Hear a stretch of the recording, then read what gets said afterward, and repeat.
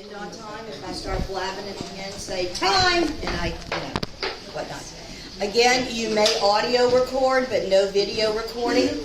Today, our lecture is going to finish, this is part 2 of development. It's going to be toddlers, preschoolers, school age, and adolescents.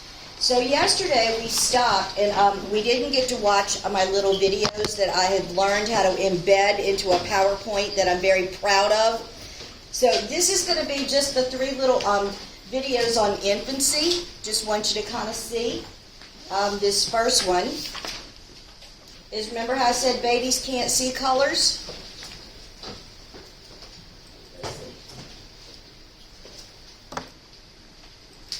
Oh, stop it. Wait, hold on.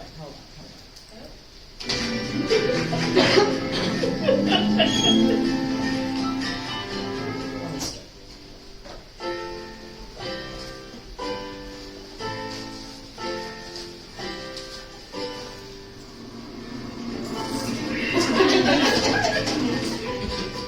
Enters tunnel, watches feet.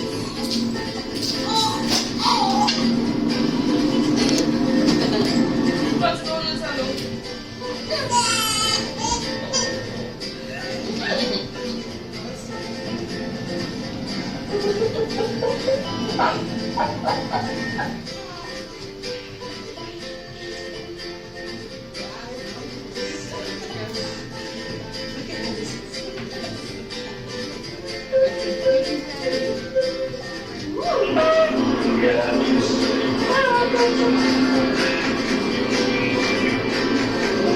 Those eyes. Color.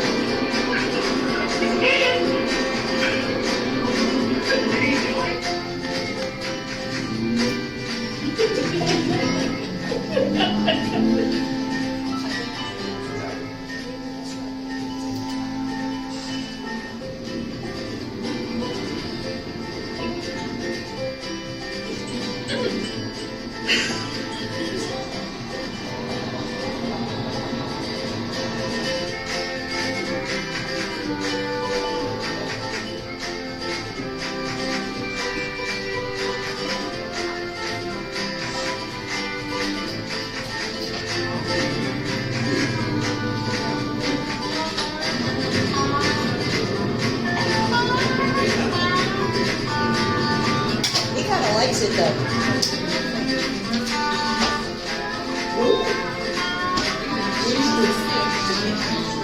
And you notice these are young babies. These are like, under the age of 3 months.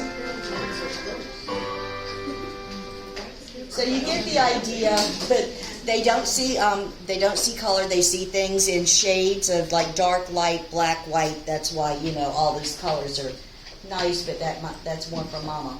So now I'm going to show you another one here, which is how babies are very easily soothed and put to sleep and put to rest.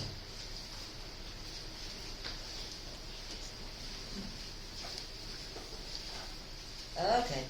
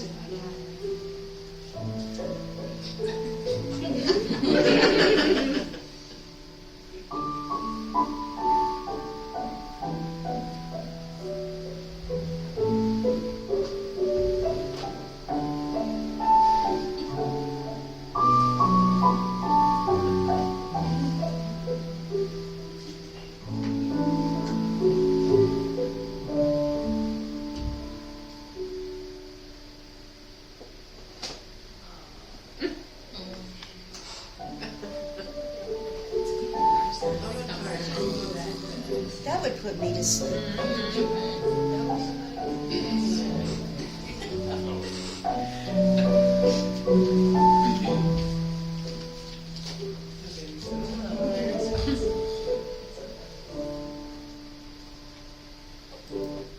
Okay, we all need to wake up now. And then one more little one is this one I love about bonding between, like, especially a parent. You want to see like bonding and fun, and this is a cute one.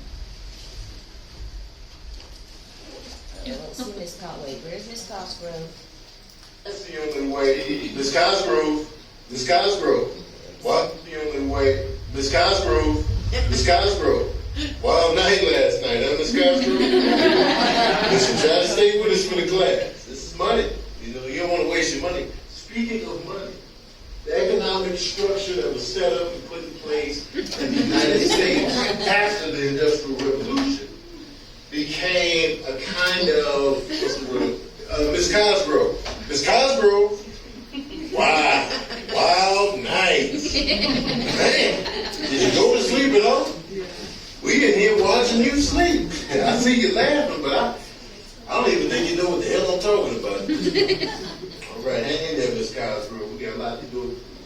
Now, once the funding structures were allocated to different proximities within the economic structure, that's when the U.S. government started to allocate different funding programs to. So you saw little Miss Cosgrove, and I just thought she was the cutest thing. Okay, so getting back to our PowerPoint, we're going to now move into our toddlers, preschoolers. Again, when you look at a toddler, they're from the ages of like 1 to 3, which is 12 to 36 months, and your preschoolers are 3 to 5-year-olds from, however many months that is. Again, those ages overlap, and it will be designated for you if this is a 3-year-old toddler versus a 3-year-old preschooler for testing. Okay? But toddlers, right here, they're characterized by increased motor activity and increasingly independent. Your preschoolers over here, they refine those gross and fine motor skills and language skills. They are like little parrots, and they like sponges. They can learn a whole lot. And they often participate in pre-learning programs, which is the whole goal of preschool, is to get them ready for school. So again, here's one of your growth charts that is in your books. I am not asking you again how much weight and stuff they grow, but do you see what is highlighted? Again, by about 18 months, that anterior soft spot, that fontanelle closes. It needs to be assessed for. If it stays open past the age of 18 months, there might be a problem. So here, when you're looking at the 1 to 2-year-old period of toddlerhood early, they can, everything that you, toy-wise, is going to be bigger, like bigger blocks, bigger toys. The bigger the toy, the smaller the kid. So they can scribble, they can undress themselves, and if you don't know any toddlers, their favorite state of being is naked. They want to rip their clothes off and run around like, oh, look at me. So they do that in the most inopportune time when grandma's visiting. They can throw a ball. Now, when I say throw a ball, it's, it's not coordinated. They can hold a ball and just kind of like toss it out. There's no coordination to it. They are starting to be a lot more walking, talking, but they're still very clumsy. Do you know what a toddler appearance looks like? This is a typical toddler. Well, they're short, they're squatty, they're pot-bellied, and they kind of like a weeble. They wobble, but they don't fall down. They're very uncoordinated. But as they get into the 2 to 3 year range, it becomes more coordinated. Okay. So they're little, do y'all know what a weeble is? Weebles wobble, but they don't fall down. Okay, I'm showing my age. Anyway, it was a little toy that just kind of moves this way and that way. Let's see, what else here? Their head circumference, their head is about as big as is 90% at their maximum by the age of 2. So it's 90% of the adult size by age of 2. But they're squatty, pot-bellied, clumsy. Their growth, tall-wise, their physical growth slows significantly. They only gain about 5 pounds a year. And why do you think that is? Because they're a lot more active and mobile. They're all on the go. So that's what you're going to see there. At this age, in toddlerhood, they start having more control over their bowels and their bladder. So toddler period is when they do potty training. And it depends on readiness of the child. Rarely do you do it at 1 year of age. It's like, 2, 3. That's when they usually try to potty train. They require a more limited food intake, so we're going to feed them smaller amounts more frequently because, again, they're on the go. You going to get a 2-year-old to really sit down for 3 meals and 2 snacks? No, you feed them as you go. A little bit of cheese, a little bit of fruit, a little bit of this, a little bit of that, more frequently. And then when you get to be 2 to 3 years old here, they get more refined where they can start jumping, kicking, throwing a ball like overhand. And again, please look at charts and tables in your books so far as activities and toys that are appropriate. One of the big things that's really good for kids at toddlers is push-pull toys. Like the lawnmower or I call it the popcorn thingy where it has the balls and they pull because they're starting to get more coordinated and that helps them to move. Here with your toddler at 1 to 2, cognitively, they're again in that social sensory motor period, and then they start going into the pre-operational thought as they get a little bit older. That object permanence, remember, out of sight, out of mind, or out of sight, I'm going to look for it from yesterday. Object permanence should be well developed, but we always want to keep the parent in view because they have what? Stranger anxiety, separation anxiety, and they're just very rudimentary cause and effect, but not much. They don't learn from previous, they keep doing it over and over. Psychosocially, they're very independent. What is a toddler's favorite word? No. And why is that their favorite word? Exactly. No, don't do that. No, don't do that. No. So they're like little parrots. So their favorite word is no. They throw temper tantrums a lot, very negative. And the reason, we'll talk about temper tantrums in just a second, but usually it's because, one, they're out of that normal routine or ritualism, and they cannot express their emotions. So what we do for temper tantrums is to help them understand what they're feeling. Honey, you seem angry. You seem scared. You're frustrated. Are you tired? So when we help them understand their emotions, that could cut down on temper tantrums and maintaining that ritualism and saneness. Okay? So taking them out of that routine is not good. Their favorite word is no, and they participate in parallel play. That you need to know the types of play. What is parallel play? Okay, we're all in the same room. We're, all together. And we're side by side. But you're playing with dolls. You're playing with clay. You're kicking your nose. And I am just rolling on the floor. So we're physically parallel next to each other, but not interacting with the same activity. Okay? So that's parallel play. So they like to be by people, but not playing exactly with people. Language-wise, and this is not testable, but just so you know, remember, how many words can they speak at the end of the first year? 4, about 4. By the end of age 2, it's gone up to 300. By age 3, it's up to 1,000. So their capacity for language development is the greatest during this toddler period. So we should communicate frequently with them using, good terminology, not baby talk. That's how, naming objects, giving them simple one-step directions. That's how they're going to learn. And their communication is going to include, like, pointing to things. They'll point and tell them what it is. Oh, that's a chair. Or that's broccoli. Or that's a potato, so that is how they start learning. They also communicate by stomping their feet, pounding on things. So again, help them express their emotions. And this is also the optimal time to learn a second language because their brains are like little sponges. But also, too, on that same token, be careful what you say in front of this age group. Case in point, I'm driving in the car with my daughter when she was a toddler in traffic. Someone cut me off on the interstate. So what comes out of my mouth? You God, you mother, and then I just, didn't think anything more about it. So I take her to the Winn-Dixie. We're in the vegetable aisle. These two little old ladies come up to my daughter and say, "Oh, sweetheart, you are just the most precious thing." And what does she say? "You goddamn."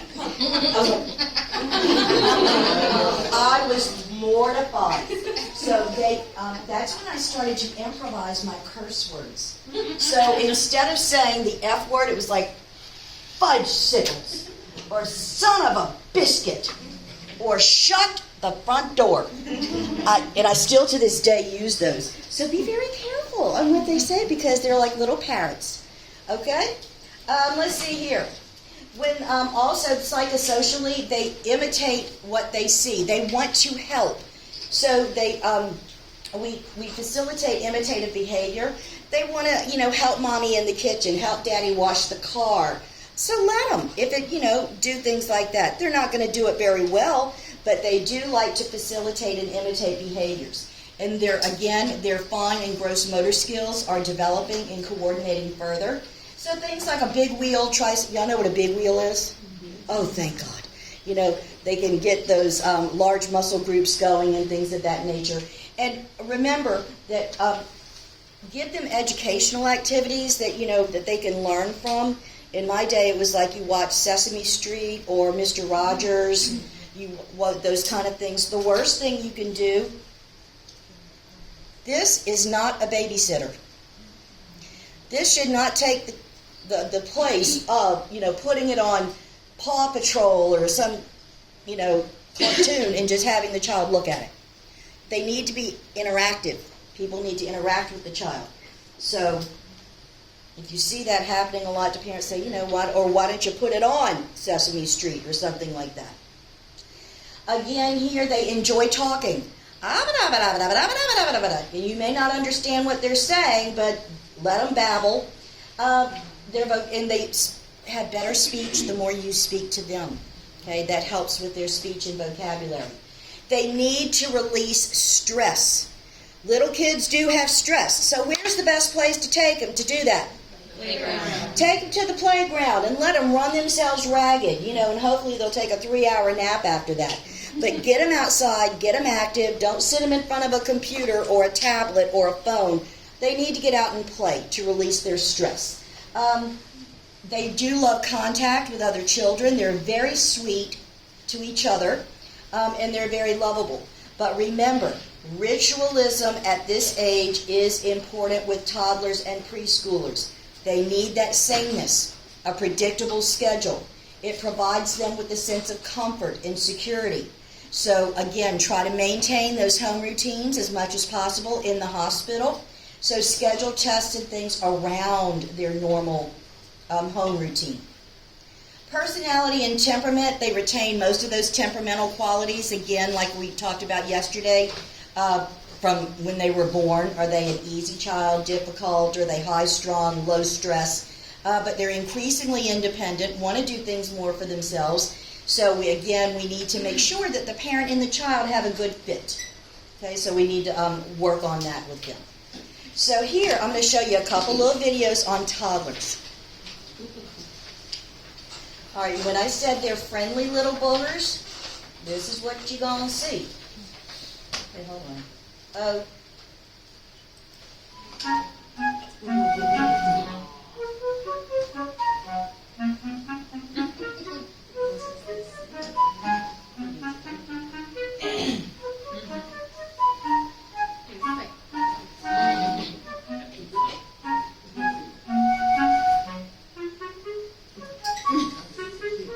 Don't they look like they're quads?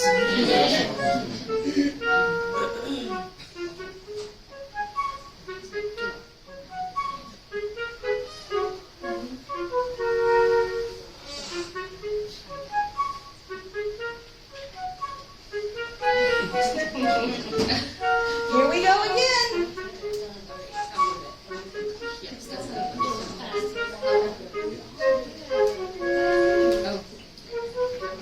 Okay, so you get the general idea that they're very lovable little things. Okay, so another one is I'm going to show you about imitative behaviors and language development. So this is an Italian discussion. Oh no, wrong one. This is a little girl having a discussion with her Italian grandmother. I have to get it on this thing.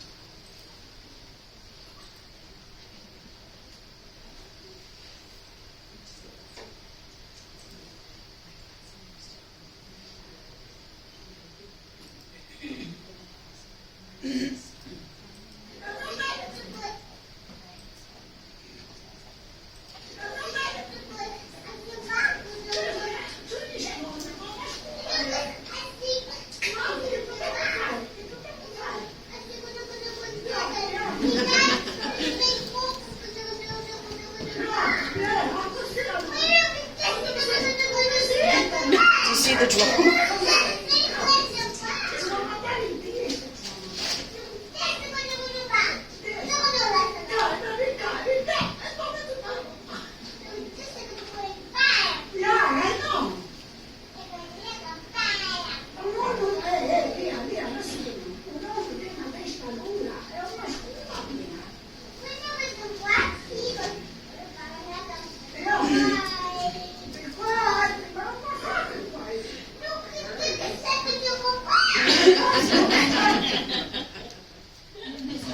Okay, so you see how imitative behaviors, 100%. language development. Oh, I don't know what kind of video that is. That ain't mine. Ooh, but what do they make them anyway?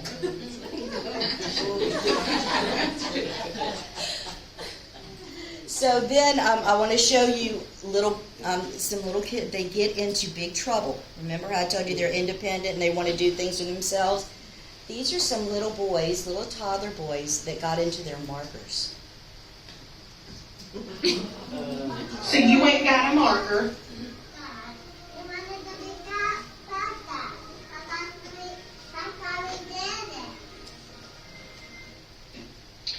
You did it for one? Because we wanted to be podcast. And it was sorry. I'm sorry. Do you see one? Like, I'm pretty upset. Stressed. he said that. I mean, I'm pretty upset. Daddy gonna be mad too. Who knows? Who knows? Maybe we could think about what we've done. You think thinking about what you've done is going to take away the marker all over your chest? If we take a bath, it will. Maybe I will. And David will when I get done. And Aiden will. You are officially never allowed to use a marker again. Yeah, but I missed it wrong. Well, try paper next time. Yes, ma'am. So you ain't got a marker. Okay, so do you see the appearance though? The little pot belly and all that kind of stuff. That's typical toddlers. But the little boys are going, The one in red is really stressed. He's working. and then the last one I want to do is this one. This little girl just cracks me up. Okay, this is a little girl who's learned to put on lipstick. Oh, wait, hold on. She did okay. But you got to listen to her rationales. Okay. Did you do anything in the bathroom? Nothing? I was putting some lipstick on, and then I was giving my phone So you put, what'd you put on? lipstick on. Lipic. Whose was that? It was my lipstick. Oh, it was? Yeah. Did you ask anybody if you could put it on? I asked myself. Did you see how it looked? Yeah. Well, how do you, if you could describe it, how would you describe it? Like What? a noonie was. Like a Like a noonie renewed or had pacifier. like a nice her mom's, and she pretended it's hers. So whose lipstick is that? And mine, You bought it? yeah, Where'd you buy that? my lipstick. Yeah. I buy it from Home Depot.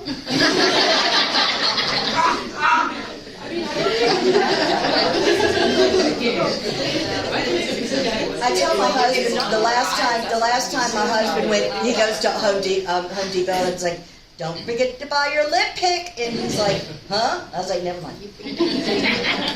So what you see, that's typical toddlers. I mean, they're very sweet. They're kind of innocent. It's just kind of fun things to throw in here. So now when we move into the preschooler again is from 3 to 5 years old. Their growth slows and stabilizes, and most of the growth is in the long bones. So you're going to see them getting taller, their arms and their legs getting longer. They start losing that pot-bellied appearance because and become more slender, and that's because they're a lot more mobile and they have better coordination. So some of those milestones that you're going to see is increase in the fine motor dexterity and all of that kind of stuff there. They have an exponential increase in their vocabulary, and they're a lot more increasingly independent from 3 to 5 years of age. So here, their personality and temperament's pretty much the same. They only gain about 5 pounds a year, and they grow about 2 to 3 inches. So that's what you're going to see with a preschooler. Cognitively, they are now in that pre-operational thought. This is where those characteristics that we mentioned yesterday are going to be prevalent. They use a lot of symbols to represent objects and language, and we need to kind of keep pointing out what those objects are. So their use of symbols is much more refined, and they start understanding relationship of time. So if I tell a 5-year-old, we're going to the movies tonight, they may understand that as opposed to, is it nighttime yet? Is it nighttime yet? Is it nighttime yet? So they start having, you can't just say later, because later is like, are we there yet? Are we there yet? Are we there yet? So they start understanding a little bit more about time in an event. Again, they're have very vivid imaginations and that magical thinking, that their thoughts are all powerful, that they cause something to happen because they thought it or they said it. Imaginary friends are very common around 3 years old. And no, Mama, they're not schizophrenic. I mean, we all maybe had imaginary friends at one point. They start having vivid imaginations. They do enjoy interactive play with other children. They have animism. What is that from yesterday? Animism? To an inanimate, like the stairs. It's the stairs' fault that I fell down. Giving lifelike qualities to inanimate objects. They do take words literally.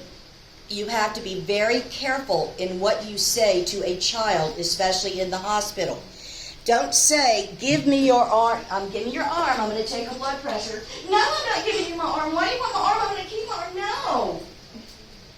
You have to avoid the word take. Instead, what I like to say is, let's see how strong you are. We're going to put Mr. Squeezy on your arm and see how strong your muscles are. But don't say the word take. So just say, we're going to see how strong you are. So they do take words literally, so be very, very careful with what you say. They start making friends, and they make friends pretty easily because they don't know any better. So they're more independent with making little friends, so you don't always have to put them in a play group and force them to be friends with their, with your friends as children. Language here, and again, I'm not testing you, but at 3 years, at the end of the 3rd year, 1,000 words. At 5 years, it's 2,100 words. At 4 to 5, they can speak in 4 to 5 word sentences. And by the age of 6, they understand all parts of speech and can identify opposites. Hot, cold, red, white, blue, on, off. So that's what you're going to see there. So very vivid imaginations. They enjoy interactive play. Physically, again, these are some of those fine motor activities they can do. They can start using the scissors. The little kid scissors, not sharp. draw circles and squares, learning to string beads and clay. They can button their clothes. Now, a toddler may be able to put some clothes on that like might have Velcro, but then again, you know, a toddler may put their underwear on their head and their shirt on their legs. They don't know. They need help. But here, they're increasingly independent, the 3 to 5-year-old preschooler, but you still have to help them. They can't independently brush their teeth. You need to make sure they're doing it right. You need to make sure that, you know, they can't really like tie shoes yet, but they can put on their shoes with Velcro. Easy clothes and easy dressing. They can now use a spoon, a fork, and a knife. Make sure they're plastic, baby kind. And they eat 3 meals a day with snacks. So again, the goal is preparing this child for entrance into school. And their central nervous system is maturing, so that's why they have better muscle control and coordination. So we want to encourage educational activities so that they're prepped. Their colors, their numbers, how to, you know, spell their name, those kinds of things are very good at this age group for the preschooler. So these are some of those gross motor skills that they can do. And again, see your books for these activities. Like throwing a ball like overhand. And I'm not going to ask you, can they throw it overhand, underhand? You know, remember a toddler just kind of pushes the ball. But here they can climb well. They're like little monkeys. You know, and take them to the playground and let them get on those monkey bars. And do they still have monkey bars at the playgrounds? Okay. They don't, I think they got rid of those carousel spinning things. I used to use those. That would make me vomit, but you know, or you got caught underneath it, or it throws you off.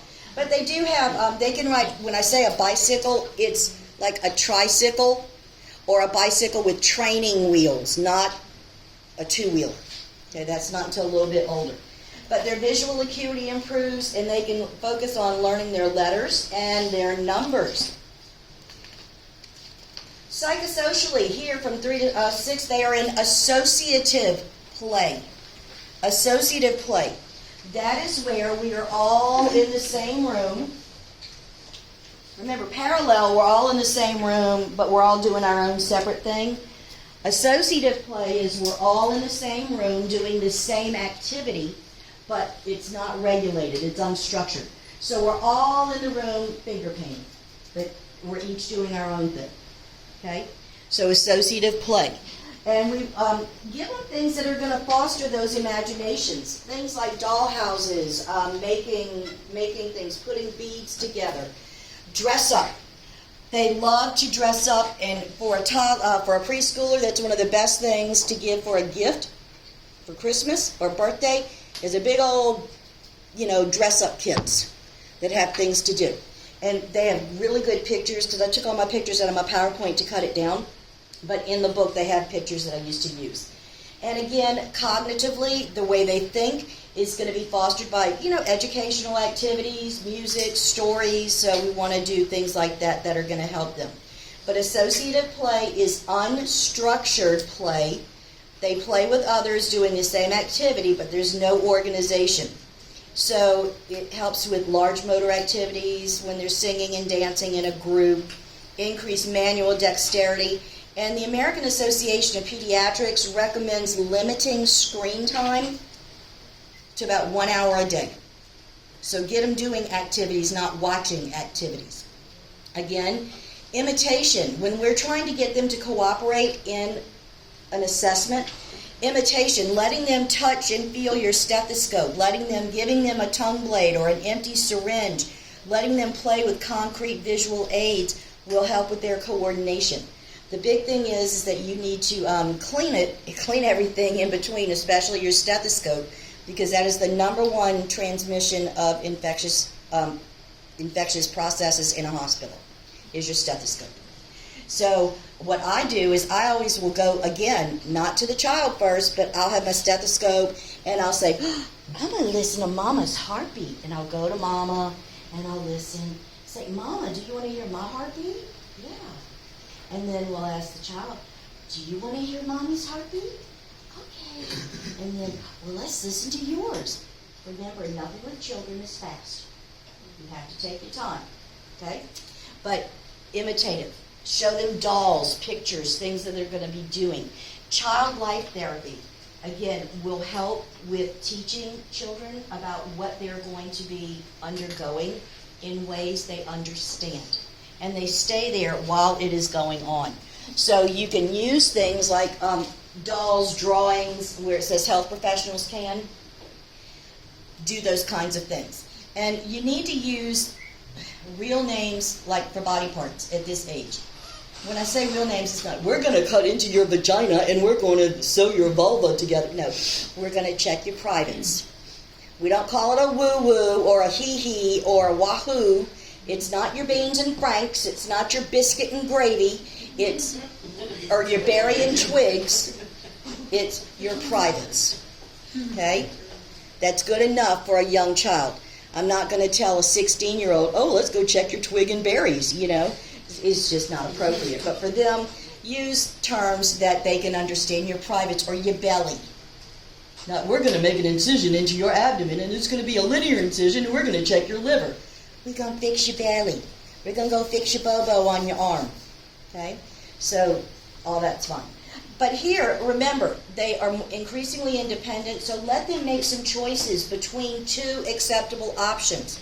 Would you like to get a sticker or a popsicle after your medication? When you're asking them, like, for nutrition, don't say, do you want beets with your dinner? No. Do you want corn with dinner? No. Especially with toddlers. Favorite word is no. Would you like chocolate milk or white milk with dinner? Would you like water or juice? Always give them some choices, simple choices between two acceptable options. Because if you just ask them a yes or no question, it's going to be no. Okay? Communication, again, they do take those words literally, so be careful with the words, and those concrete visual aids will enhance your teaching. But they do need to learn, and they can calm themselves when they're upset. And again, we talked about that with infancy. Learn what those calming, soothing techniques are. So this is showing you associative play. You see they're all they're all next to each other, but they're each doing their own activity, and it's unstructured. And then the doctor there is letting the child listen, use the stethoscope to listen to their heartbeat, so that imitative behavior. It really will help a lot. Okay? So let's look at a few little preschoolers. Okay, this first one, you just gotta watch. I can't say anything because he cracks me up. But watch the little boy in blue.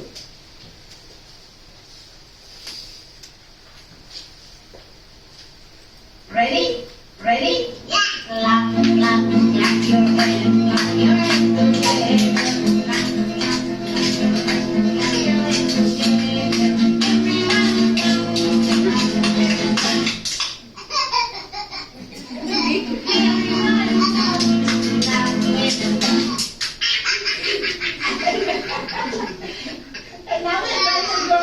Now we're gonna go faster. Are you ready?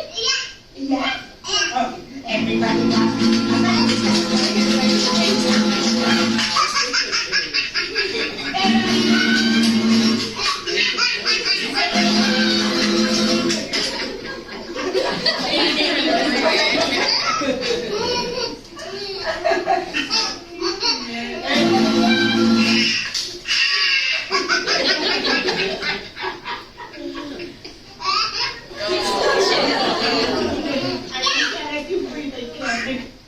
Okay, if that does not make the day, I mean, that's just kind of cute. But and that's kind of associative play, where they're all doing the same activity, next to each other, but there's no rhyme or reason to it.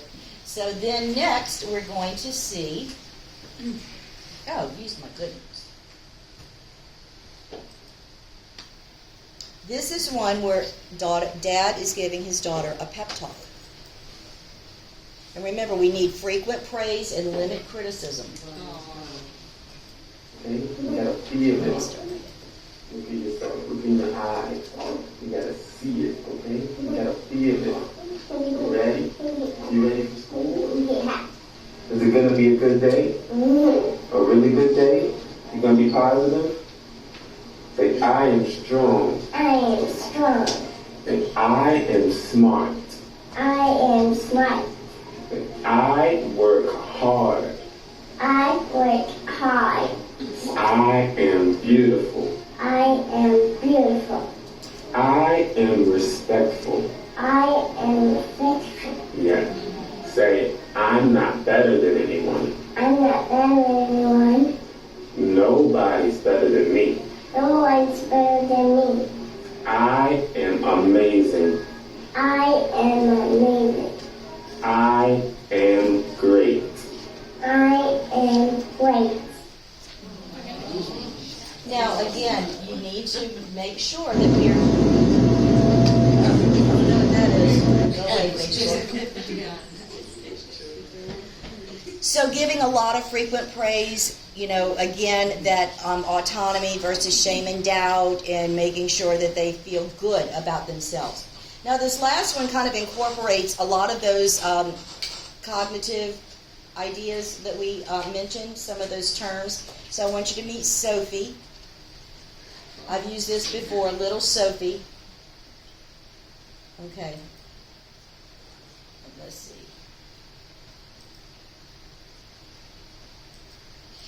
Okay, so Sophie, you just painted your Barbie with nail polish, right? Yes, he told you. She told you to do it. So when Barbie was laying there, Barbie said, I'm going to go ahead and just lay here and you can play with me. And then all of a sudden Barbie said, okay, can you paint me with nail polish? And he said this 100 times, and I said no. So you were saying, no, you shouldn't put nail polish on Barbie. And she kept saying over and over again 100 times. She kept saying, please paint me with nail polish. She said Dad 100 times. 100 times. And then when she was all painted blue, did you think that you should have stopped painting her with nail polish in your room on the carpet? I'm trying to get off, but it was sticking on, so I couldn't get it off. So you tried to get it off, but you couldn't.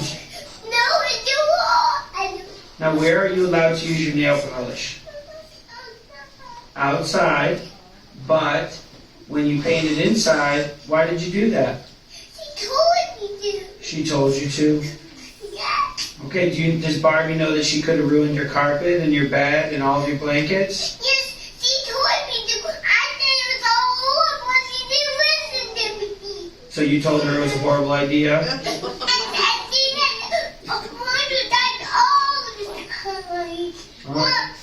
I told me keep saying that. All of them do. Oh my goodness. So who should get in trouble? Should Barbie get in trouble or should Sophia get in trouble for using the nail polish in the house? Oh my God, they want me to paint on the nails. Okay, but should you get in trouble or should your Barbies get in trouble? Me, but my nails always they want me to paint doornails. But it's not a good idea, is it? They tell me to. I understand, but next time they tell you to, are you going to let them, are you going to listen to them? No, I'm gonna say no, and they'll say yes 100 times. But you're going to keep saying no, right? Yeah, and they'll say yes. Okay, but are you going to paint your nails in the house again and paint your Barbies in the house again? No, you're still gonna say yes. Okay, but are you going to say no? Yes, I'm gonna say no, but they're gonna say yes. All right. Well, next time we paint our nails and our Barbies in the house, we're just going to have to throw out all our Barbies. What do you think of that? And then they're gonna say no. They're going to say no? But then they're gonna say yes 100 times. Okay. A lot of times they do that. Okay. Well, I think you learned your lesson, and I think you're not going to paint your Barbies anymore, right? Yeah, but they said yes. But you're going to say what? No, but they're gonna say yes. You're going to say what? No. Good girl. I love you. I love you. Okay, so Sophie, you just painted. All right, so tell me, what are some of those characteristics that you have seen with Sophie and her Barbie dolls? Imagination. Vivid imagination. Dramatic. Dramatic. What else? Animism. You're never going to win a fight with a preschooler. Okay, they're adamant, all of those kind of. So she kind of summarizes a lot of those things. I just like to show you some little videos because with kids, visuals. I'm a visual learner. Okay, so here we're going to move into some of the growth and development on toddlers, and it's pretty much the same with the preschoolers. You're going to plot their height and weight. And they start measuring their body mass index at around 2 years of age, and that's because kids are getting fatter because they're not as active as they used to be. We want to watch for changes in percentile. You can't do much about height, but you can about weight. So again, you need to know how to interpret those growth and development charts in the back of the book. They need to fall within the wave and know which follow which percentile they're in. If they're out of the wave on top, they're too big or too heavy. Below, they're too small, but they are in your book. So learn, practice those. We want to do those developmental screening tools more in the pediatrician office than in the doctor's than in the hospital. But we want to get the parents' general impression of their child. Do you have concerns? Do you have issues? And provide education and a lot of that anticipatory guidance as they are going. So it's just pretty much the same. With toddlers, plan your nursing assessments. Remember that they are increasing their verbal ability and their skill at walking. So what do we have to be? What's our number one priority? Safety. They're starting to learn to control their elimination, their bowels, and their bladder. Now, they are potty trained. They have control over their urinary function before bowel function. Okay? And again, there's no set time or date. It's just when they feel like they're ready. And there's different ways to potty train. I potty trained, it was a book called How to Potty Train Over a Weekend. And I did it, and it worked. Basically, you stick the kid on a potty every 15 minutes. And you stay home, and you don't use any pull-ups. You use regular underwear so that they can know that they're wet. But anyway, it worked. She potty trained. So, and remember that if they're potty trained and they go back in the hospital, they may start wetting again because they are regressing a little bit. They start having their teeth. They should have a full set of teeth, 20, 10 on the top, 10 on the bottom by the age of 2. And as they get a little bit older, they have, again, rudimentary sense of cause and effect. Only just starting, but they don't learn from their mistakes a lot. With an understanding of object permanence should be very well developed, and they're increasingly independent. So let them do things to help you. So nursing intervention-wise, safety and risk-taking strategies have to be balanced with allowing permitting normal growth and independence. One thing that is not in your book, common fears. You might want to know this. Common fears related to a toddler. And this is related to hospitalization and illness. Distrust. They don't know you from a hole in a wall, so they distrust. Stranger anxiety, separation anxiety.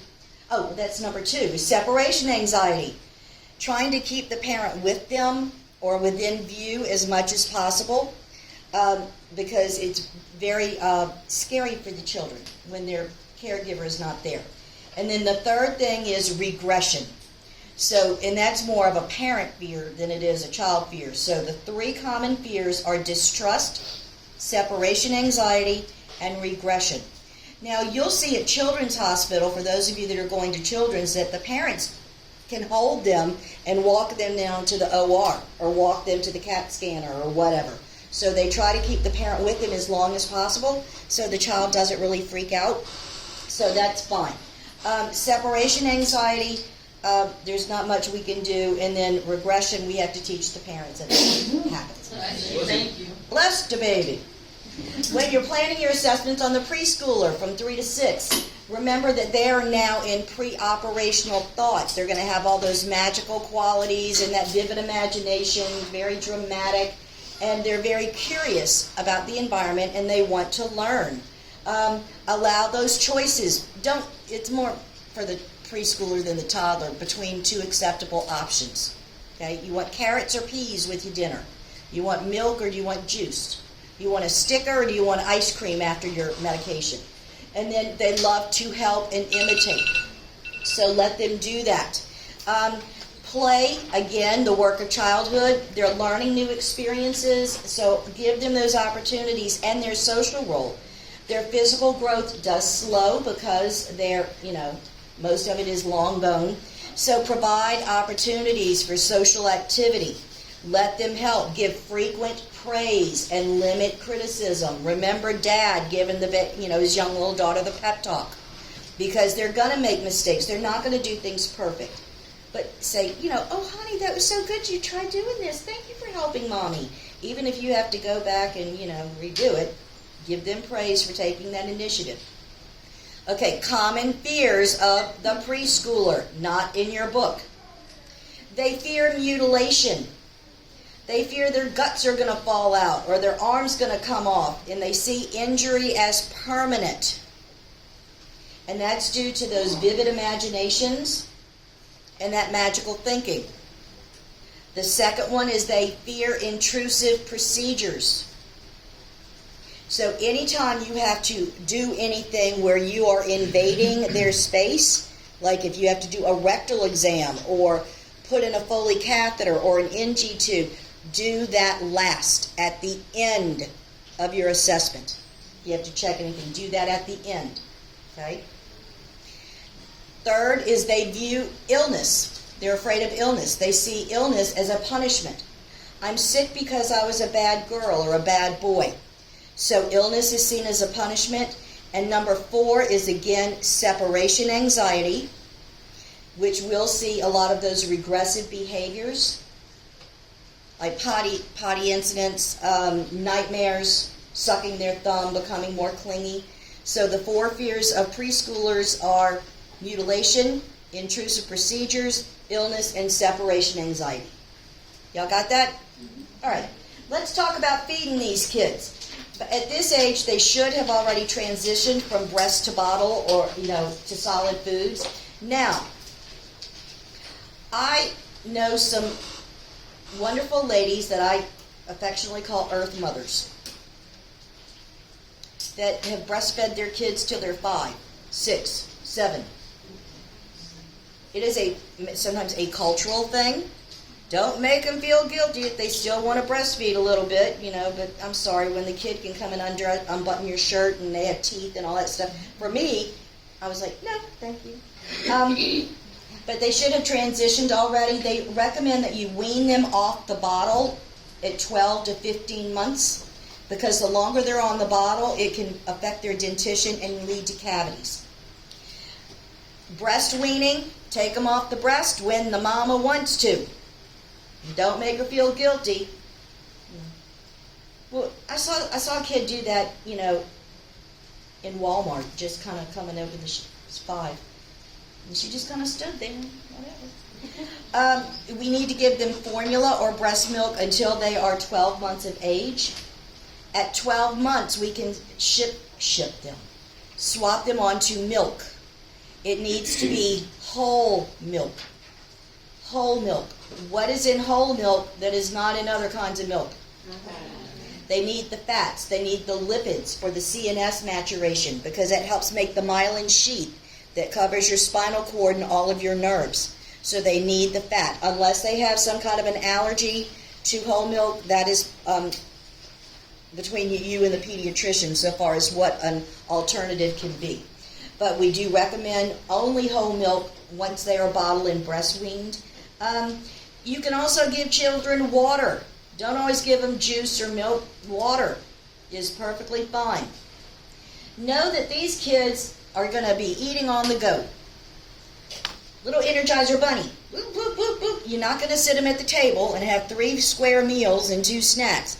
So you have to be creative. Feed them on the go. Small, frequent meals of healthy options. So the kids are picky, ritualistic eaters. They're called food jags. Okay? They want the same thing over and over and over and over. No, you cannot survive on chicken nuggets alone. Now, let's be honest. I am 60 years old. I still have food jags. My husband's like, are you over your cereal yet? I may get into a thing where I want Cocoa Krispies. cereal, and I'll eat it for, like a month, and then I'm sick of it. And then I want to go into, now give me some Special K. And, or I'm in the mood for these olives. Do you all do that too? You get into a mood? Okay, so I'm not the only one. So, picky ritualistic eaters, food jags, we need to provide variety as much as possible. Some little kids too don't like their foods to touch each other. How's a way, an easy thing that most of us have in our kitchens that we could put the food into where it doesn't touch? And dividing plate. A what? Oh, dividing plate. Muffin pans. Muffin tins. Put your fish sticks here, and your ketchup here, and your tater tots here, and your carrots there. A muffin pan. Snapple box. Because the plates, things can still slosh over.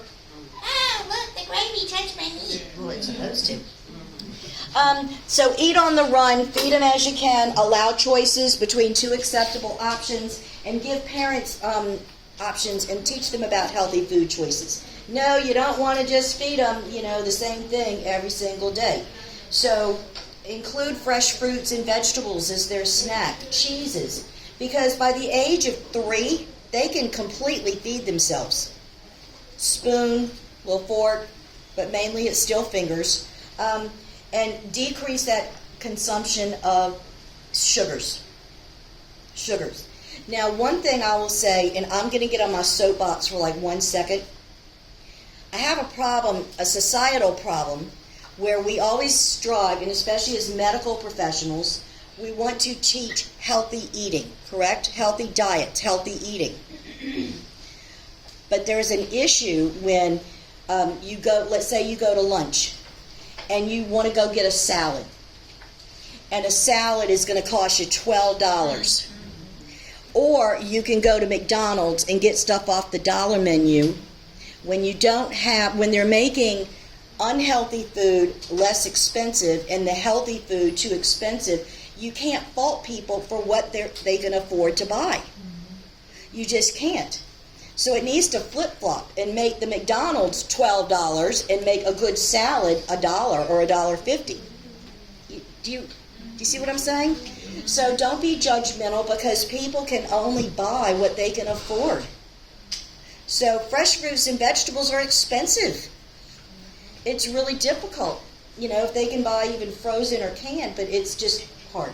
So make sure that they're feeding healthy foods. The role of play, real quick, again, toddler versus preschooler. Know that those toddlers are parallel play, physically next to each other, but each doing their own thing. Associative play, they're physically next to each other, doing the same thing, but it's not structured. So you can read. I am not going to read all of this for you because it is on your PowerPoint. Here with disease prevention, the more exposure they have to people outside, the less sick they're going to be.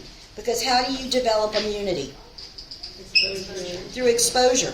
So get them out, get them dirty, let them go barefoot. In my day, they used to have chicken pox parties or measles parties, where if your kid had the chicken pox, everybody would come with their kids. Well, not everybody. And they would all get chicken pox at the same time. And then they got sick, they got over it. Same thing with measles or the mumps. So now with all these vaccines, they had vaccines back then, but it was just from Alabama. We just got everybody sick. So the more exposure they have, the more decreased illness, because they're developing that immunity. Okay? And again, breastfed babies and children will have a higher immunity factor because they're getting that immune from their the immunities, the IgG, the IgM, the IgA from the mother that you don't get in other formulas. And then we do our screenings for what we need to do here. Importance of not being exposed to cigarette smoke. Again, we mentioned that about keeping the house clean of all of those kinds of things. Now, again, with these immunizations, they need to be up to date, but and they need to. I don't know the vaccination schedule because I'm an ER nurse. You know what we had? There was a chart on the wall. Okay, do you have this? That's real life. You look things up, all right? You're not going to be tested on the vaccination schedule in this course, but you will need to know it for NCLEX. So when you are studying for NCLEX, know that at 15 months they need to have their first MMR. They should have had 2 or 3 D-taps or whatever it is. So just look Not in things up. this pathway. If you're taking pops, you will have to. Oh, special pops? Well, then there you go, but not for me. Yeah. Not here, but in pops. Okay, injury prevention. Again, with this age groups, safety is your number one priority. These are some of the things that they get into, and they get into everything, especially markers and things of that nature. So poisonings are a very big thing. Falls. Now, they're not always the most coordinated, and the younger they are, they're more of a weeble, and they wobble and they fall down. Poisoning. What's the most important phone number that everybody needs to have on their phone and posted in the house? Louisiana Poison Control. 1-800-222-1222. You don't need to know that. But we need to make sure, the big thing that kids get poisoned on are medications. They see a blue and white pill on grandma's table and they think it's candy. It's really a beta blocker. Or it's, nowadays when kids are seeing things in the house, it could be fentanyl-laced something. You'd never know. Let me just tell you, Louisiana Poison Control works with every single emergency department in the country, but the Louisiana Poison Control, if your child has ingested something, you never want to induce vomiting, which they used to do, but you don't do that because some things can cause more harm coming up than it does going down, especially if it's like an organophosphate poisoning, like a fertilizer. It burns the esophagus. So you call Louisiana Poison Control. They will tell you, if there's something you can do at home, like give them milk, give them water, do this, do that, or they need to go to the ER. So they've already started a chart on this child. Child is brought to the emergency room. I'm the triage nurse, and they'll say, we've called Poison Control. They said to come here. I pick up the phone. I call Poison Control, let them know the child's arrived. They tell us what needs to be done. They give us the orders, the medical orders. You need to draw, type, and match. You need to put them on a cardiac monitor. You need to do all of these kinds of things. So then the doctors, the nurse, we take our orders basically from Poison Control, and then they will call like every hour to get an update. What was their PT-PTT? What is their INR? What is this? What is that? So we work very, very closely and collaboratively with Poison Control. They are amazing. Truly, truly amazing. So just know that all ERs work with them, and everyone should have that phone number. We talked about car seats and not buying a used car seat. Rear facing until age 2 and 20 to 40 pounds. Don't buy it used and have it checked by a NHTSA, National Highway Transportation Safety Authority inspector. They're free. Fire departments do them a lot. Hospitals do them a lot. I used to do them, but I got tired of my knees because basically you have to get into that car seat and pull and pull and pull and pull until that car seat does not move more than half an inch side to side or front to back. And my knees started hurting. And they always wanted to do them in June, July, and August. And I'm like, are you out of your freaking mind? No. So have them checked. Another big thing, they like to stick things in sockets. Me and the bobby pin. And drowning and water safety. That is a big thing. We are surrounded by water all around in Louisiana. So what is a good thing that we would recommend the child take? Swimming lessons. So it's very important. And another thing, did you know that small children, can drown in 1 inch of water? 1 inch. Do you know what's the most common culprit? What, say? Buckets. Buckets, like a mop bucket. What's the heaviest part of a small child's head? What's the heaviest part is they get their head stuck in the bucket and they don't have the coordination to get the bucket out. And they're breathing in the water. So we need to teach, take the mop buckets off the floor because kids are curious. They're going to want to go see what's in there. So, yeah, they can drown in 1 inch of water. So, remove them. Self-concept. We want to make sure that they have a healthy sense of who they are. Remember dad giving daughter a pep talk. So setting up good play experiences, praising them for their autonomy, praising them for taking initiative, even if they don't do it right. Say, sweetheart, that was so good. You did such a great job. Thank you for being so good. But remember Dad giving his daughter that pep talk. We also need to set limits. You have to set limits on behaviors. So we want to provide a safe environment. You want to spend time interacting with the child. When do children get in trouble? When you're left alone. When you don't have your eye on them. Yeah, so make sure that you're interacting with them. When they first start misbehaving, you don't have to spank them or do this or that. Try distraction. And when they're starting to have a temper tantrum, distract them. Try to get their mind on something else. But we also need to tell them consequences for their behavior. If you continue to do this, we are going to leave, or you are going to have a timeout, or you are going to go sit in the naughty corner. The problem is that, and I have lots of friends who have kids this age, and they don't follow through with that statement. That's the big thing to say. If you say you're going to do something, follow through.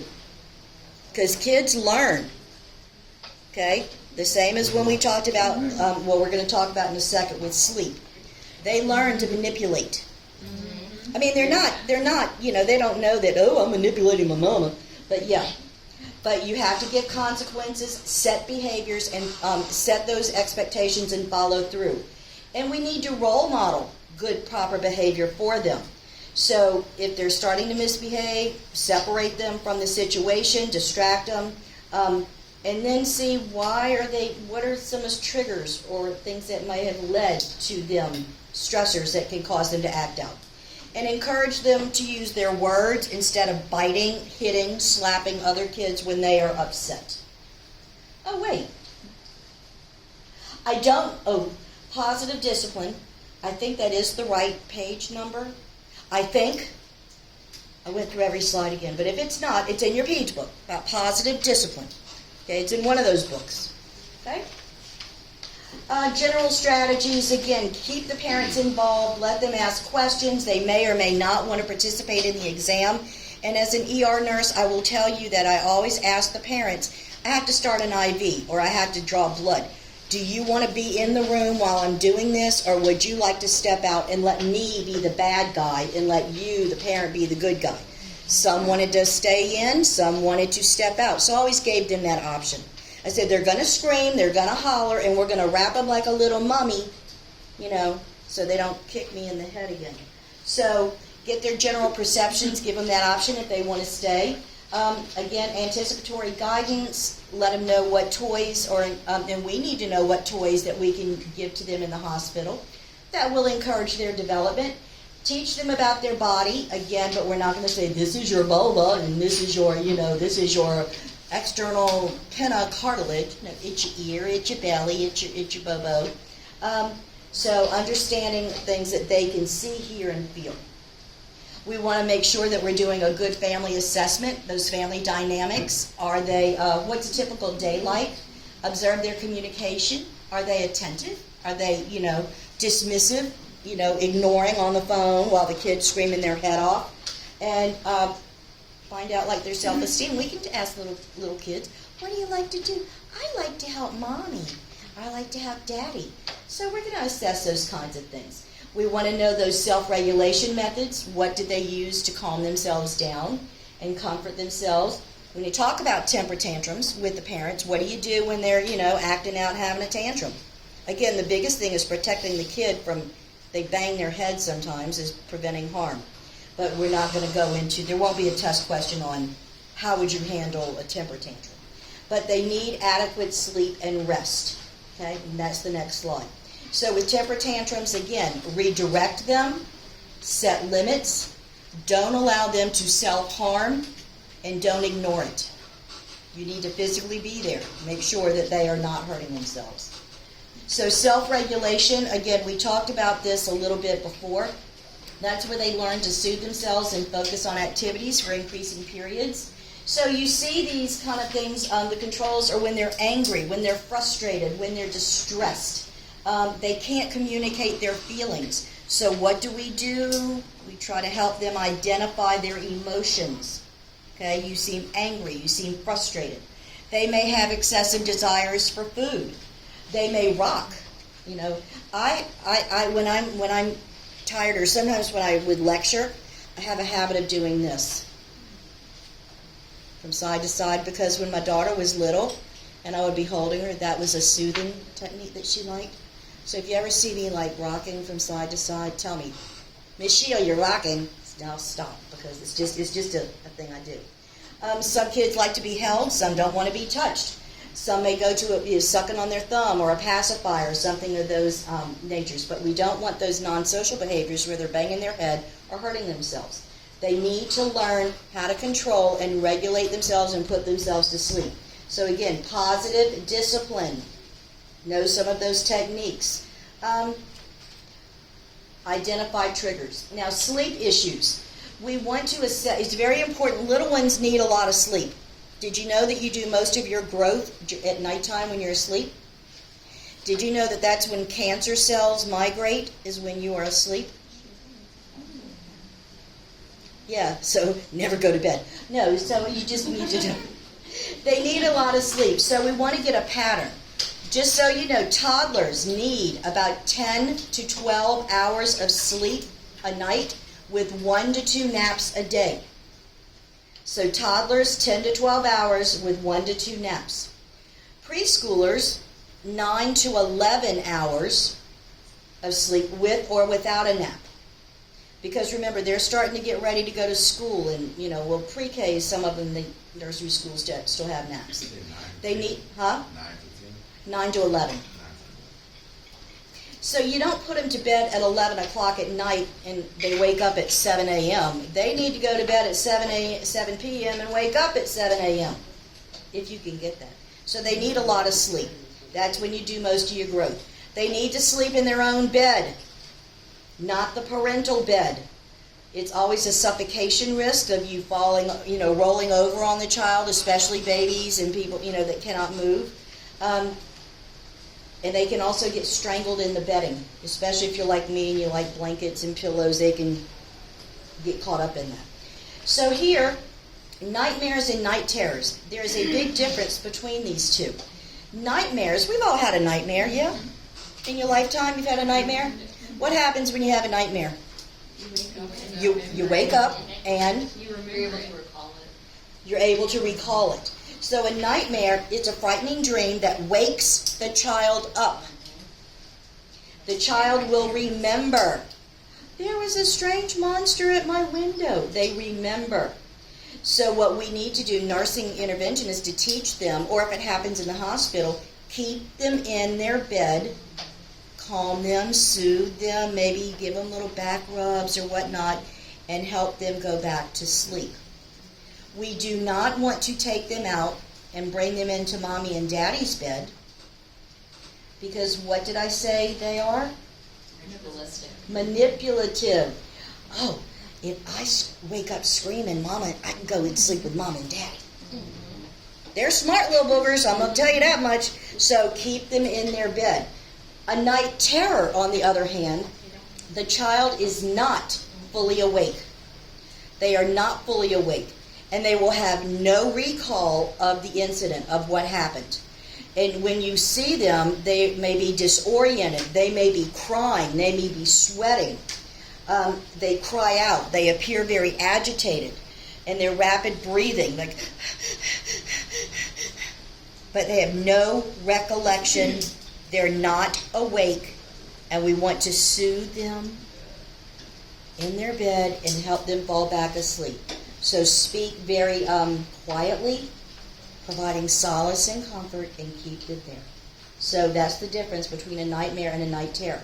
And when do you think those are most likely to occur? What's a trigger for those? Taking them out of their routines. That ritualism. Okay? That's when you're going to see that. They're overly tired, so that ritualism is important. So here, separation, we have talked about that. They need to learn how to be away from their parents and how to separate. They need to learn that the parents will come back, okay? And the parents may feel guilty for leaving. I know I did the first time I took my child to nursery school, and I thought she was going to cry, and we take her to the little door, and she's in her little, pinafore dress, and they open the door, and they're like, "Hi, Sarah." She goes running in, and I'm like, oh my God, she didn't even say goodbye. She doesn't love me. So, and then yes, I did the stalker thing. I went across the street into the Burger King parking lot because the playground was right across the street, and I watched to see if anybody hurt my child. Huh? And so what's one thing you can do for separation anxiety is let them take a familiar object with them. If it's their teddy bear, or like a shirt that has mama's scent to it, or a daddy's shirt that has his scent. Something that makes them feel secure and tied to the family. Okay? That's all I want to say about that. So, listen. We can do a break, or I could keep going and we can get out of here. If you need to go pee, go pee. It's around the corner. Would you like to just keep going? Yeah, me too. Okay. School age. Now we're moving into school age and adolescence. And these are those chapters in your book. And when you're looking at school age kids, this is characterized by growing intellectual skills, intellectual abilities, physical abilities, and increasingly independent. Emotionally, they're going to have that kind of same temperament and personality that we've seen all throughout. And children that were classified as difficult may have trouble in school, like in regular school. So they may have difficulty in the classroom. So communication-wise, they learn the social use of language and lingo and slang. And nowadays, what do you call the, not emojis, acronyms that they use on those kind of things. Like, you know, I had to look up what does ROTFL, and you know, that kind of stuff. What do you call it? Acronyms? And for like 2 years, I didn't know what NSFW meant. Not suitable for work. Okay, it only took me 2 years, and then I looked it up. What does this mean? So anyway, they're learning that social use of language.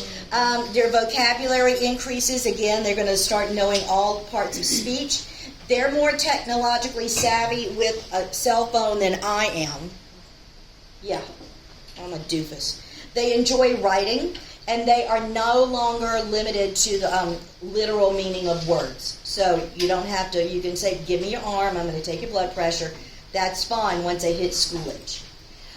Physically, they enjoy craft projects, things that stimulate their creativity. Here, they building model airplanes, you know, building a fort, those kinds of things.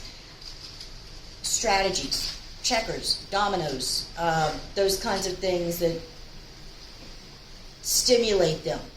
The period, this school age period starts with the shedding of their first primary teeth. So almost all of you in the first grade are what we lovingly call a snaggletooth, where you smile and you're missing your two front teeth. That's what, it starts then. And the period ends, school age period ends at puberty with the final eruption of your permanent teeth, of which there are 32. So here, you're going to see a progression of your emotional and physical maturity. At the beginning of the school age period, girls and boys are about the same size. But girls are going to shoot up quicker and earlier than boys because they hit puberty before boys do. So in the beginning, they're basically the same size, and then girls are going to grow quicker, but then boys will kind of grow after them. And we'll talk about that in a second. They are getting taller because of the long bones are growing. Their immune system is very mature, so they're not sick as much. Medications that we give to kids school age are less likely to cause side effects because we've probably given them a whole bunch of meds when they were younger, and their body has kind of tolerated it, whatnot. So their fine motor skills are more developed. Their dexterity and their manipulation abilities are much better. And their nutritional needs are going to dramatically increase as they go through growth spurts. You need more energy for all that growing. So here, and you know what deciduous teeth are? That's the other name for baby teeth. They start losing their baby teeth.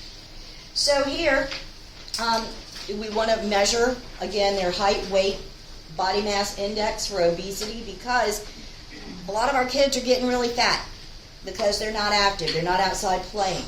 But we want to do a good physical assessment, head to toe, and check on those developmental milestones. Have they been reaching all of those? And a big thing to keep in mind when you're doing assessments on kids, do not associate their physical size with their emotional maturity. Because just because someone's very tall or very short does not mean they're a kid and a man. I took care of a 12-year-old. Did I tell y'all this?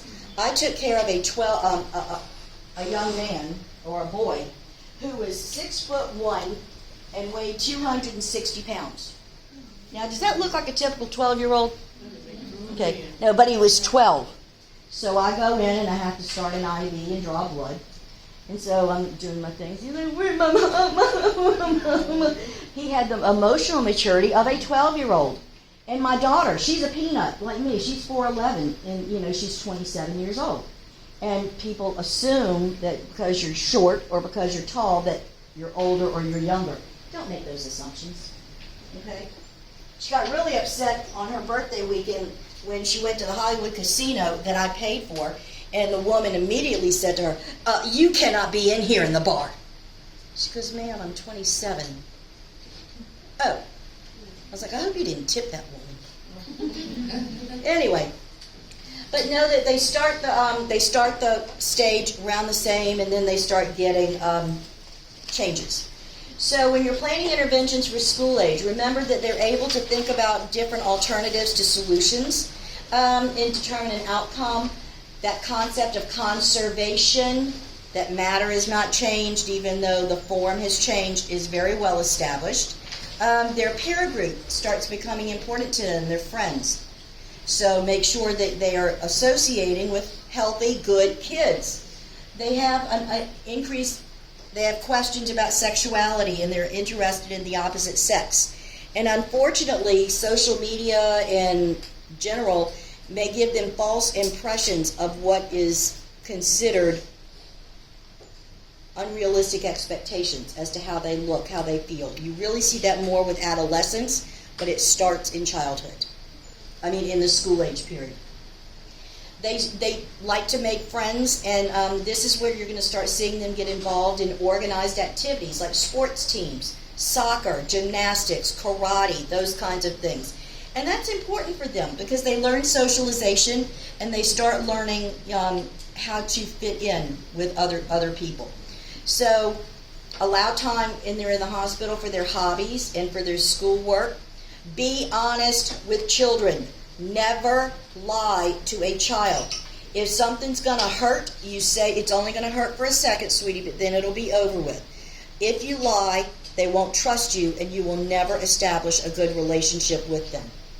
Okay? So allow visitors if it's not contraindicated. And again, we talked about their growth spurts are going to occur earlier.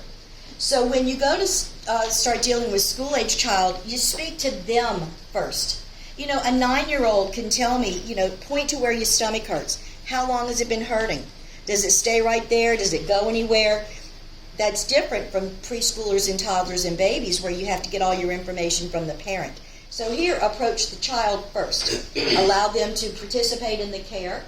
Where it says discuss immunizations and all that, not with them. That would be with the parents and their nutrition habits. But we want to always give short, concrete explanations. We're going to go in and fix that hole in your belly. Or we're going to go fix that broken bone in your leg. So concrete, things that, remember, they're concrete thinkers.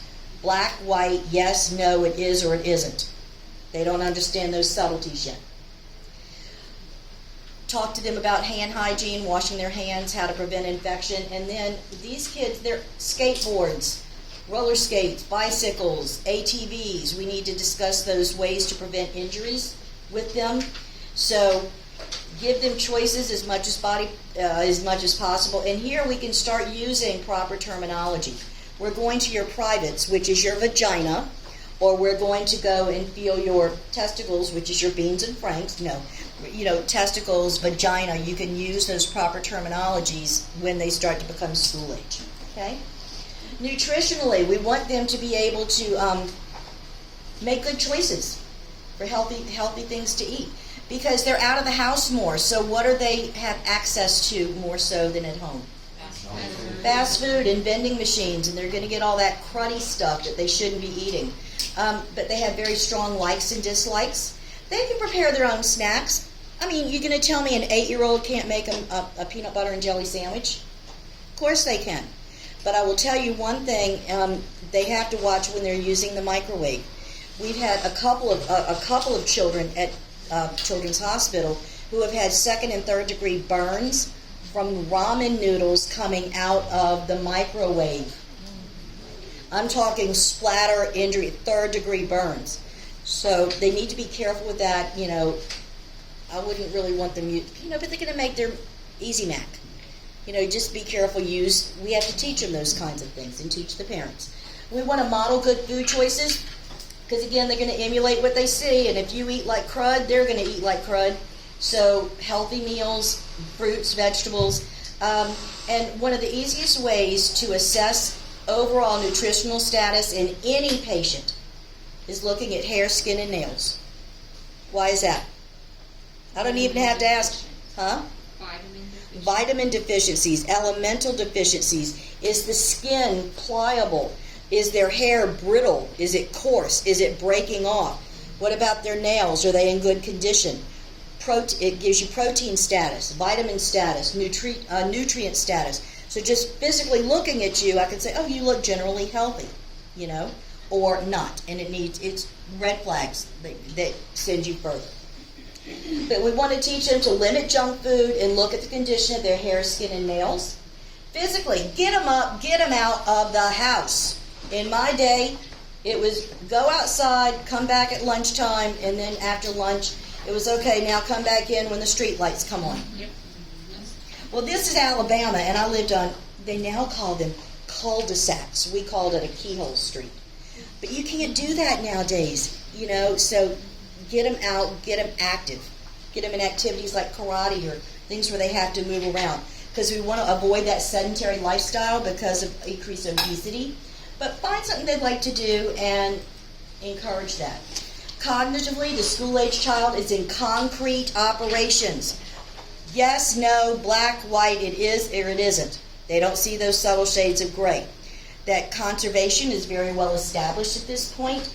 And now they are going into cooperative play.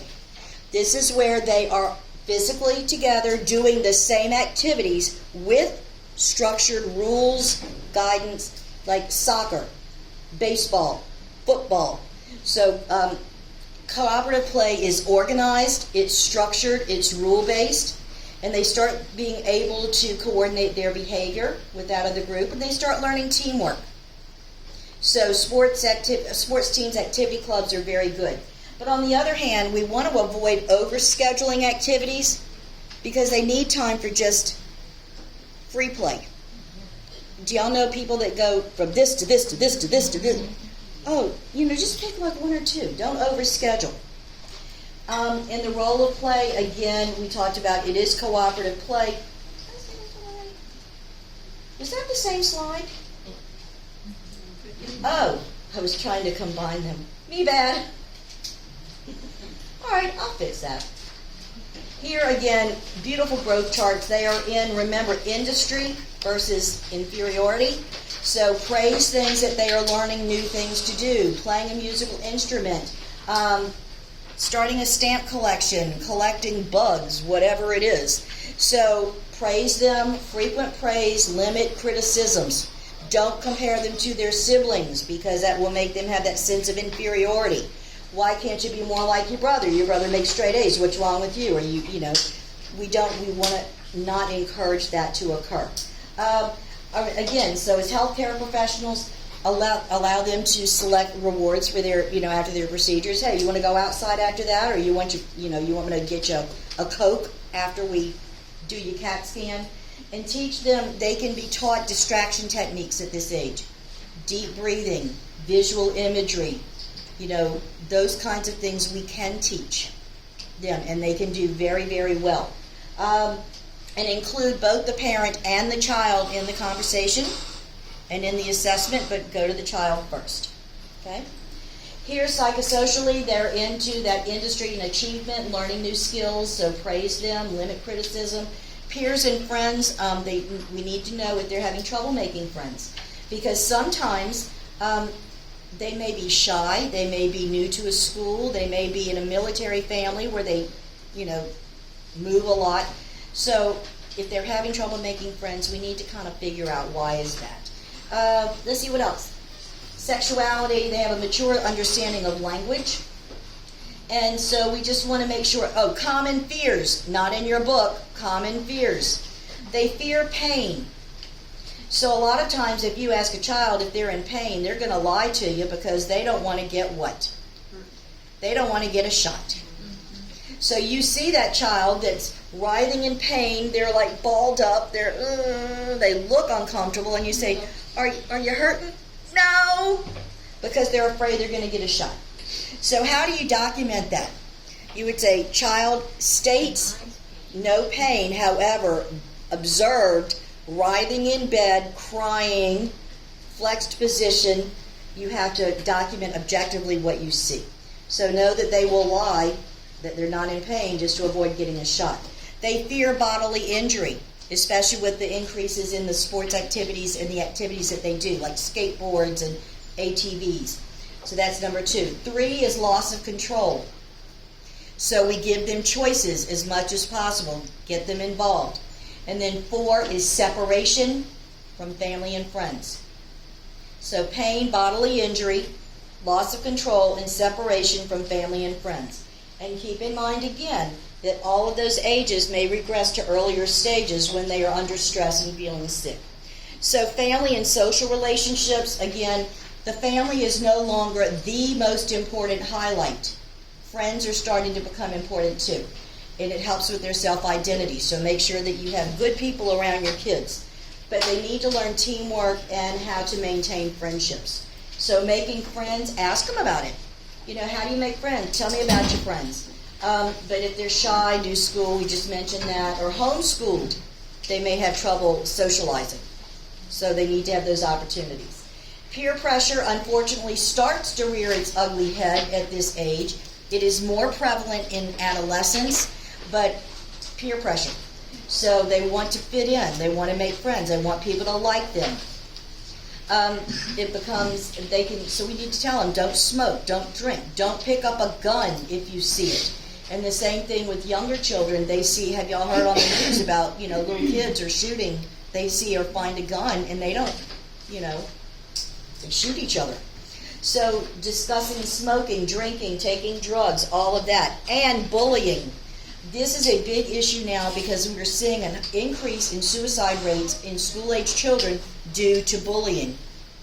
So if they are threatening suicide or say, I wish I was dead, we need to take that seriously.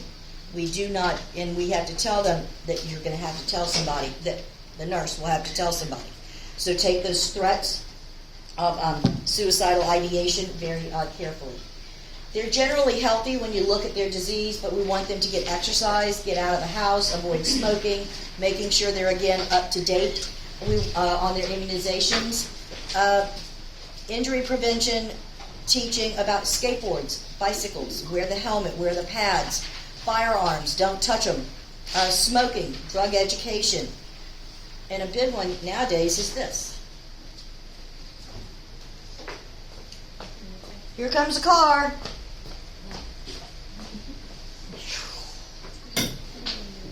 Distracted pedestrians.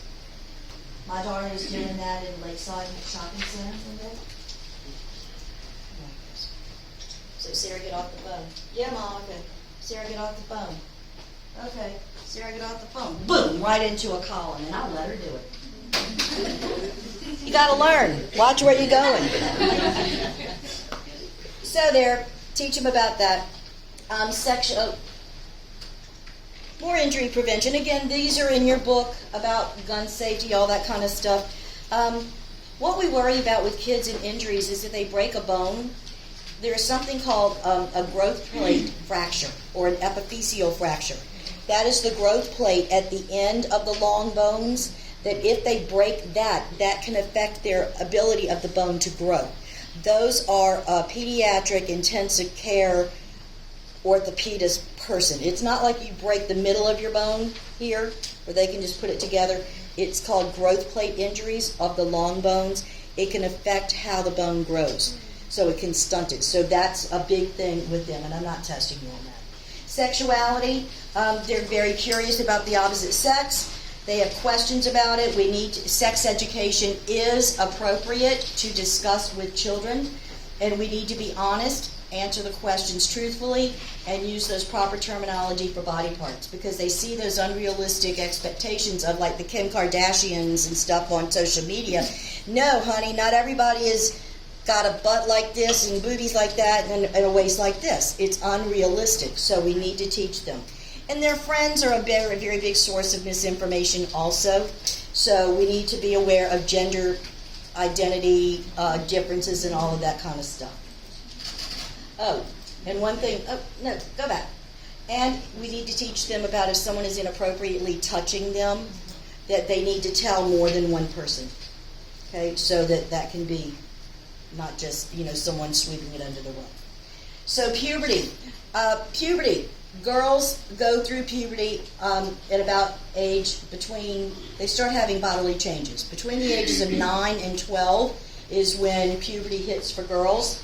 It's earlier than boys, and the first sign of puberty in a female is breast buds. They start developing breast buds. In boys, they start having testicular enlargement, and that they usually have their puberty at about 14. That's why girls are taller. They'll grow faster first, and then boys. So prepubescence is the 2 years before the onset of true puberty, where they may start seeing a weird hair here and there that wasn't there before. So puberty for girls, 9 to 12 years of age, average is 12 years. They start 2 years earlier than boys, first sign breast buds. And girls can start ovulating 6 months after their first period. Henceforth, they can get pregnant once they start to ovulate. Boys, because of and what's causing all of these changes? Hormones. So they go through a hormone storm, and you're going to maybe see boys might develop breasts called gynecomastia. So if you ever go to the beach, look at boys that are around 12 to 14. Most of them are wearing shirts. It's not to prevent sunburn. It's because they got boobies. Or movies? Moves? Okay. And then the girl will have their first period. It's called menarche, menarche. I'm not testing you on that. Or I used to call it menarche until I was told, no, it's not French. So, happens about 12. So again, speak to the child first, establish a good rapport with them, look at those family dynamics. Do not lie to children, because you need to develop a trusting relationship. So real quick, I'm going to show you video. No, I'm not. They're school age. They're very compassionate to other kids, because I want to go into adolescence. Adolescents, 12 to 18 years of age. Adolescence literally means to grow into maturity. So here, when they are going through puberty, they're very uncoordinated, clumsy, hungry. They sleep all the time. All they want to do is ravage your kitchen and eat everything in sight. But here, it's a challenging group to treat because they think they know everything, and we are stupid, dumb doors. So they are going to test boundaries. They're going to push the edges of the envelope, and they're going to see what they can get away with. It's a very big time of high-risk taking behaviors because their brain is not fully developed yet. And I have a slide on that. So here, they can think in abstract. They do see those shades of gray, abstract thinking, but they have more mature adult thinking processes. This is when they start forming their personal identity. Who am I? What do I think? What do I believe? They're going to, in what they feel like who they are may be different from the family structure of what they were raised. So a lot of time for family stress. And the most important influence is their friends and their peers. Okay, so they're going to push themselves. So that's identity versus role confusion. Again, variation in growth spurt depending on what time they go into it. And when they are in their growth spurt, they're clumsy, they're hungry, all of those kinds of things. They may sleep 14 hours a day on the weekends. Let them. That's fine. So it's all related to hormones. And again, I'm not asking you that physical stuff like how much they grow. They only see the doctor sporadically. Maybe, their yearly checkup. They're usually healthy. Immunizations are not needed as much. And the main reasons they go is to get a minor illness, they want birth control, or a sexually transmitted disease. So that's enough about that. But what we can do is promote self-advocacy skills. They can do breast self-examinations or testicular examinations. We want to refer them to appropriate community resources and accurate internet sites for questions, medical questions that they may have. Because don't listen to Aunt Sally who says if you had sex, give yourself a Clorox enema or a vagina or douche and then you won't get pregnant, or jump backwards 3 times, turn around in a circle when there's a full moon. Yeah, we want to give them appropriate community resources. And maintaining their personal health. Have you ever gone into the room of a teenager? Especially boys. Sometimes it stinks to the high heavens. They're not the most clean individuals. They sleep all the time. So we want to teach them about hygiene, be clean, hygiene, diet, and immunizations. Again, here, their growth spurts. We're going to do the full head-to-toe physical assessment. But here, with this age, you want to look for sharp decreases in weight, because this is when fad diets can occur, eating disorders can occur, all of that kind of thing. So trends downward, especially with their weights.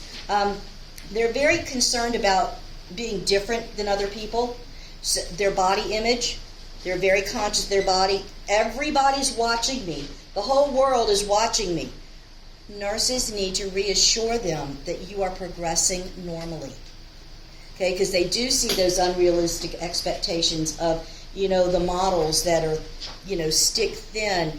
I want to look like Hailey Bieber. I want to look like Kim Kardashian. I want to look like whomever. But it's unrealistic. And they will go to great lengths to try to achieve that. So we need to tell them, no, baby, you are beautiful just the way you are. So they don't want to be seen as different, so reassure them very much that they are fine.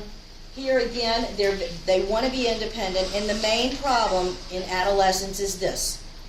They want to be totally independent, but the reality is they're totally dependent. Do teenagers pay the mortgage? No. Do they buy the groceries? Do they cook the food? Do they pay for their health insurance? No, but they're dependent on their parents, but they don't want the parents to make decisions for them. That's where all of that turmoil comes in. Okay? The dichotomy between independence and dependence. So here they are forming their own identity. They're going to test the boundaries. They're going to question their religious upbringing, maybe their sexuality, their gender, all kinds of things that are going to be potentially problematic for the family structure. But they do use abstract thinking. They do see shades of gray, like we do. Increase in their decision-making abilities, but you may have to put down, your foot when they're totally off base. They do use a future time perspective. They start seeing their lives in a future perspective. But again, that word egocentric comes to mind, meaning what? It's all about me. It's all about me. So the world revolves around them, and we're just in their space. And then they have an imaginary audience, which I said, everybody's looking at me. Mama, Mother, I cannot go to school today. Do you see the zit on my forehead? Everybody's going to look at me. Get your butt in the car, you're going to school. So they always think that there's an imaginary audience, but we want them to have a healthy sense of identity. Okay, so you want to dye your hair magenta. Go ahead and dye your hair magenta, Sarah, as long as you don't put a tattoo on your face. Give them some leeway. The goth thing, you want to be goth? Okay. But it's very confusing. Here, you don't need to know about play. We want them to get involved with their friends and do activities that keep them active together. So they are more likely to get involved in physical activity if their friends are doing something. Like, hey, let's go take a line dancing class, or let's go whitewater rafting, or let's go get a dog walking business going. So if we get them involved in stuff like that and get their friends involved. And something else too, did you know that teenagers have what we call selective hearing loss? Yeah. All kids do. I could say, Sarah, go clean your room. Sarah, go clean your room. Sarah, I said go clean your room. But then I can whisper the word McDonald's from the kitchen and she hears it. Oh, I hear you. So selective hearing loss. So the role of play here, again, we just want them to get active and get involved in things that are going to increase their physical activity. Limit that use of electronics, and we need to monitor what sites they're using because they are prone to catfishing, internet predators. They trust people. They may go meet some guy who says, that has a picture that looks like Matthew McConaughey just because he's cute. And it's really some pervy 47-year-old man, so we have to teach them about that. Avoid that sedentary lifestyle, especially computer games. Get them out of there. They can't stay in their room for 14 hours just doing computer games. So getting them involved in competitions, like competitive activities, it will help them develop their self-respect, self-appraisal, and teaching others. Planning the assessments, remember understanding that, sexual maturity is completing. They're trying to figure out who they are. The peers are the most important. But in privacy, extremely important. However, if an adolescent has any inkling, as told you, of suicidal ideation, homicidal ideation, that they're going to go out and harm others, you cannot keep that private. You have to share that. And you need to tell them, I cannot keep that confidential. You have expressed harm to yourself or others. I have to report this. And you do it. Okay? You cannot keep that confidential. So again, don't lie. But we want to help them develop positive coping skills. In my day, it used to be they used to go out and fist fight. Now they take out guns and knives or, whatever it is. It's a different thing. But we need to teach them positive coping skills. Appropriate conflict resolution skills. Those are things that I think schools get in trouble now teaching that kind of stuff. You get in trouble for teaching history in some states. So again, don't promise confidentiality if you cannot keep it. When you are doing your assessments, you want to don't make them stone butt naked when you're doing a physical assessment. Only uncover the body part that's needed. The arm, the leg, the back. Whereas toddlers and preschoolers, they love being naked. You can do that. But when they get to be school age, and especially adolescents, they're very self-conscious.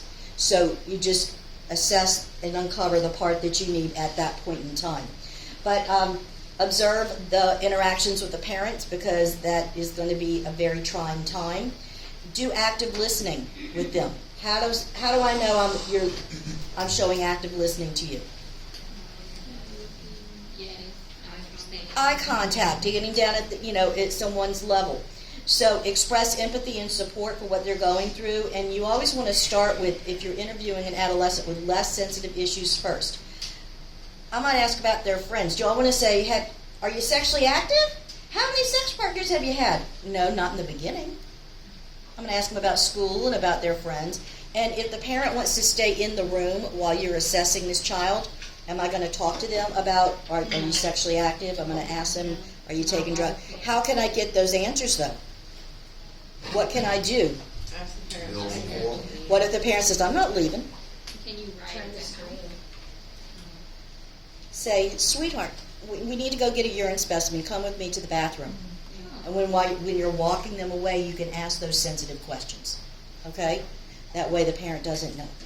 All right. So start your interview with less sensitive questions first and open-ended questions. Tell me about your friends. Tell me what you like to do. Because if you just ask yes or no, everything's going to be yes, no. You're not going to get a whole lot of things out of there. Nutritionally, remember, they eat junk food. We want to model good eating patterns, good eating foods, and assess if they have those dramatic decreases in their weight. Because remember, their nutritional needs are going to increase when they're going through those growth spurts. They're going to eat you out of house and home. So we want to make sure they eat junk food, empty calories. and fad diets and eating disorders become quite prevalent during this age. So we want to make sure that we're doing that. Fad diets, when I say made diet to achieve weight loss, girls used to soak cotton balls in orange juice and swallow them because models would do that to keep their stomachs full. Disease prevention, they're mostly generally healthy. I'm almost finished. But STDs, sexually transmitted diseases, are very prevalent because they think it won't happen to them. Or they get pregnant. I only had sex one time. Well, it only takes one time and one sperm. So these are things that they see. Disease prevention, you can read that. Injury prevention, driving is the number one cause of injury. And that's because they're easily distracted. There's other friends in the car, texting and driving. They're not paying attention to the road, and they don't have good judgment yet. One thing I want to talk to you about is the teen brain. This is new because the reason why they take risks and they don't think things through is because their brain is not fully developed until the age of 25, till the mid-20s.